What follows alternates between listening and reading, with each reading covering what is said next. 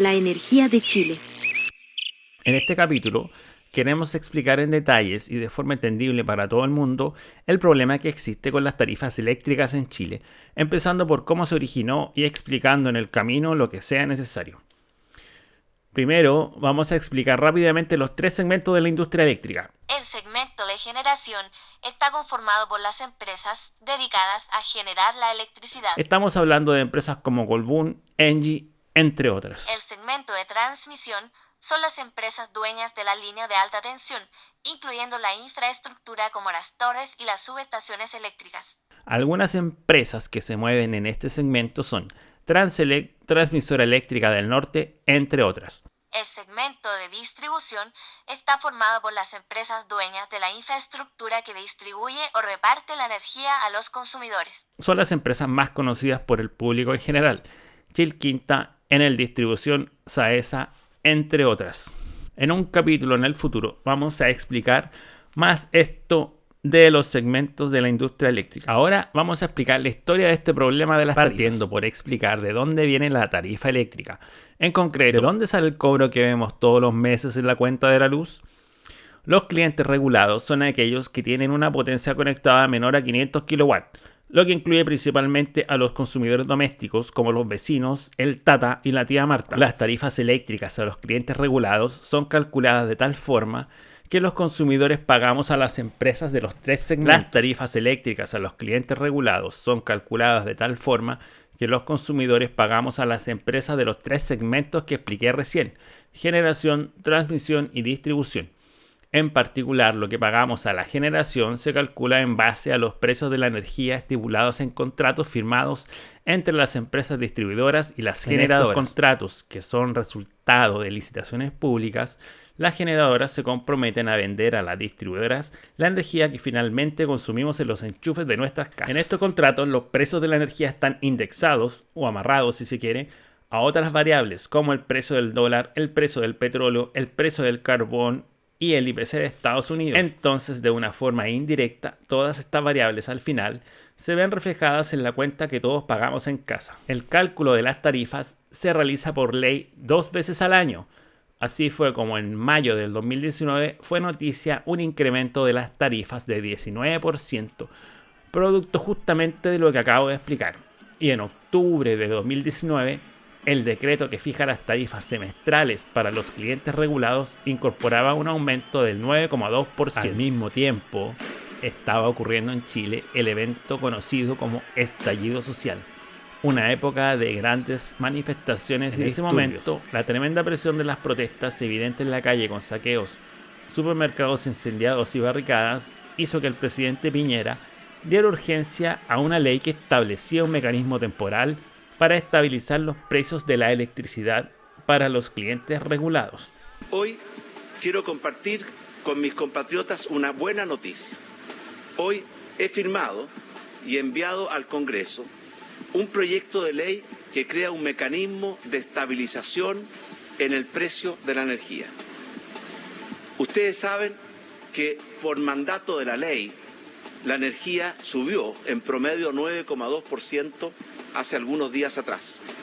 Queremos anular esta alza en el precio de la energía que habría afectado a casi 7 millones de hogares chilenos. Y lo hacemos retrotrayendo el precio al que existía antes de esta alza, lo cual sin duda significa un alivio en la cuenta de la luz. Y además, este precio se mantendrá inalterado hasta diciembre del próximo año. Esta ley se le llamó PEC 1 y fue tramitada en 3 días. Otro factor importante que se consideró para tomar esta decisión era que se esperaba para el año 2021 la entrada en vigencia de contratos de energía renovable, en los que se podía prever una disminución en el precio de la energía. Así lo explicó el ministro de Energía de ese entonces, Juan Carlos Jovet. En los años que vienen, los precios en dólares de los contratos debieran empezar a bajar, porque las energías renovables bajaron de precio aproximadamente hace 3 o 4 años. Eso permitió adjudicar contratos a precios bajos que van a empezar a regir y empezar a impactar las cuentas de la luz de manera muy importante en 2023, 2024 y en los años sucesivos. De hecho, vamos tener una baja de aproximadamente 26% respecto de las tarifas esperadas el 2020. Pero salió mal. La causa de esto la explicó Rodrigo Castillo, exdirector ejecutivo de Empresas Eléctricas, el 27 de junio del 2024 en una entrevista para Radio Duna. El problema está en que a esa época el dólar estaba como en 6.60. Y me acuerdo perfectamente que al entonces secretario ejecutivo de la Comisión Nacional de Energía le preguntan a los parlamentarios, bueno, ¿y qué ocurriría si el dólar supera los 700 pesos?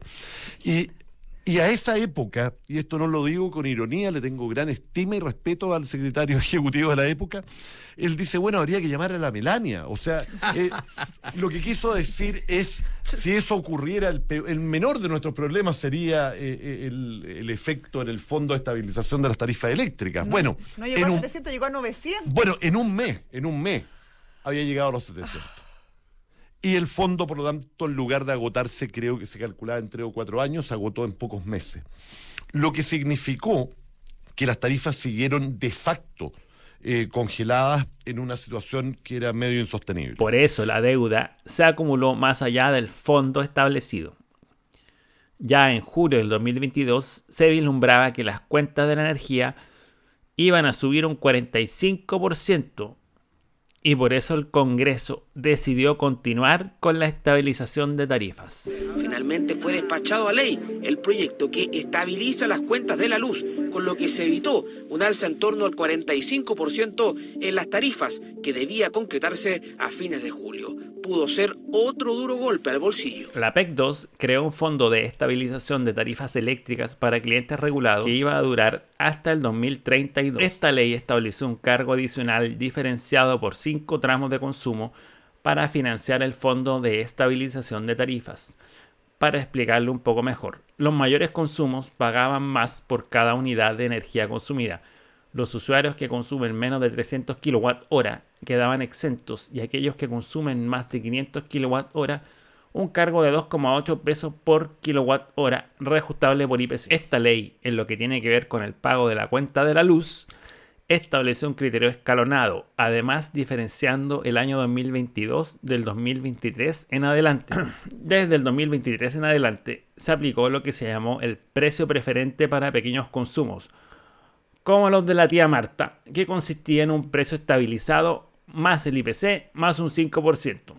Para los consumidores mayores a 300 kWh se aplicaba lo que se llamó precio preferente para consumos medianos y ya no había ningún precio preferente para consumos mayores a 500 kWh. Estableció también un mecanismo transitorio de protección al cliente llamado Mecanismo de Protección al Cliente, MPC. Este MPC tenía un monto asignado de 1.800 millones de dólares. Vamos sumando. El objetivo del MPC era pagar las diferencias que se producían de lo que estaban cobrando las empresas de distribución a los clientes finales y lo que realmente tenían que pagar a las generadoras. Lo encuentro fantástico. Naturalmente que impacta positivamente. Lo encuentro súper bueno. La ley PEC 2 se promulgó en julio del 2022 y para su correcto funcionamiento tenían que estar los decretos tarifarios, pero no estuvieron. Como dijo Claudio Huepe, ministro de Energía de la época. Se tomó la decisión de no dictar los decretos de 2023, lo que fue equivalente a un nuevo congelamiento tarifario. ¿Qué pasó entonces con el Fondo de Estabilización de la Ley PEC 2? Duró poco, porque todos los factores de los que depende el precio de la energía, los contratos, el precio del dólar, el IPC de Estados Unidos, el precio del petróleo, etc., aumentaron, impulsados por factores externos. Por ejemplo, por la guerra en Ucrania y otros. Diego Pardo lo explicó así en junio del 2024 en Sonar Global Podcast. Entonces, a día de hoy hemos acumulado 6.000 millones de dólares. Entonces, es necesario producir un ajuste. El día viernes vamos a publicar el detalle de los ajustes que van a corresponder a cada una de las ciudades de Chile y ahí van a poder verificar, digamos, efectivamente la magnitud del alza. Son alzas significativas, estamos hablando de un primer escalón que llega entre un 15 y un 20% de esos órdenes de magnitud y a su vez, digamos, el escalón final está en orden de un 50%. Sabemos que son complejas, pero es la única manera de abordar esta deuda que cerca de 2 puntos del PIB, que si seguimos posponiendo, el riesgo es que se vuelva inmanejable. Punto 1. La luz se va a prender a las 9 de la noche y trata de quedarse leyendo, prendiendo apoyeta a las 8 de la noche, como yo me he dado cuenta que a usted le gusta. No, si no es que me guste, lo que pasa es que después de las 8 ya está todo oscuro, entonces vamos a andar tropezándonos todos. Pues va a tener que acostumbrarse nomás. Entonces, durante 5 años se acumuló una deuda aproximada de 6.000 millones de dólares, que según la Comisión Nacional de Energía van a sumar para el año 2035 7.212 millones de dólares, de los cuales más de 1.800 millones de dólares son por pago de intereses. Esa cantidad de plata a mí se me hace difícil visualizar. Me imagino que más aún para la tía Marta. Con 1.800 millones de dólares se podría construir la línea de alta tensión continua Quimallo-Aguirre y te sobra plata. O se podría comprar 34 aviones supertanker. Es equivalente también a la cantidad de dinero que se juntó en la Teletón 2023, multiplicada por 38. No tan abierta la boca porque no es natural. Ahí mira.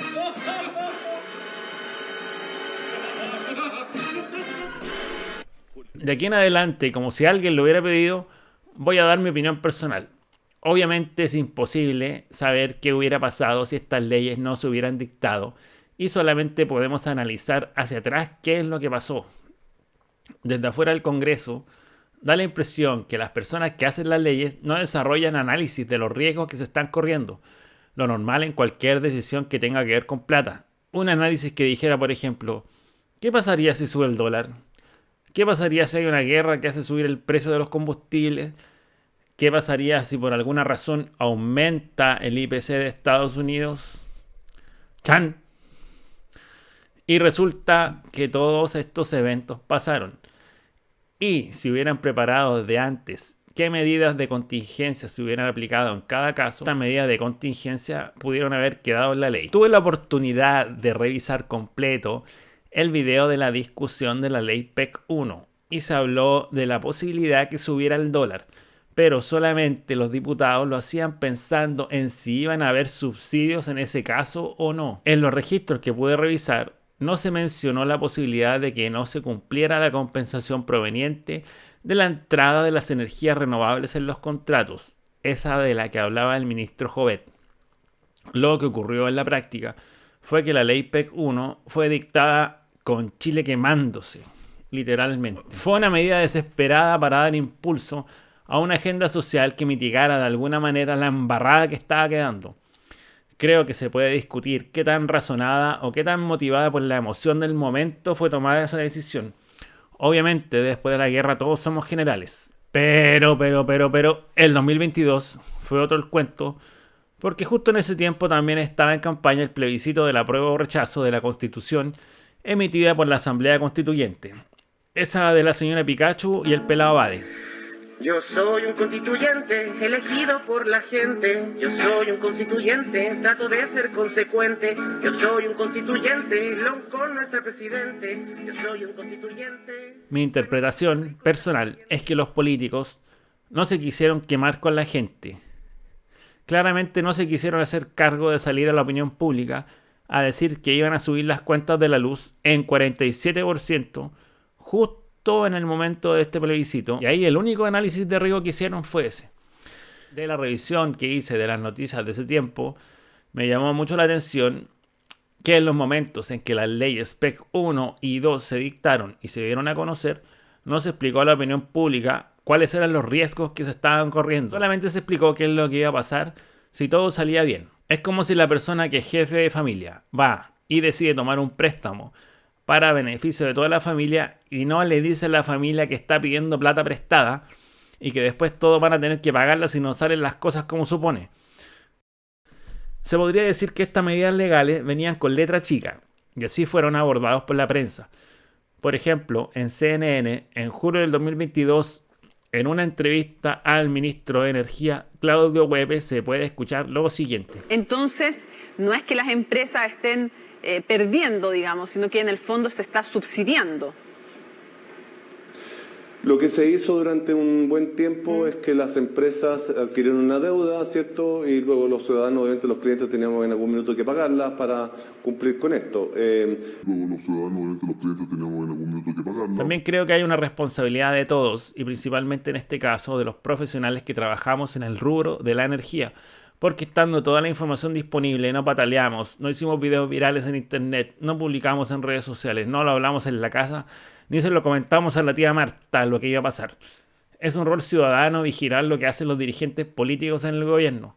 Sé que este comentario se va a ver como ingenuo, pero me nace decirlo y lo voy a dejar. Gracias a todos los que llegaron al final y espero que sigan escuchando este podcast. Feliz Día y Genial.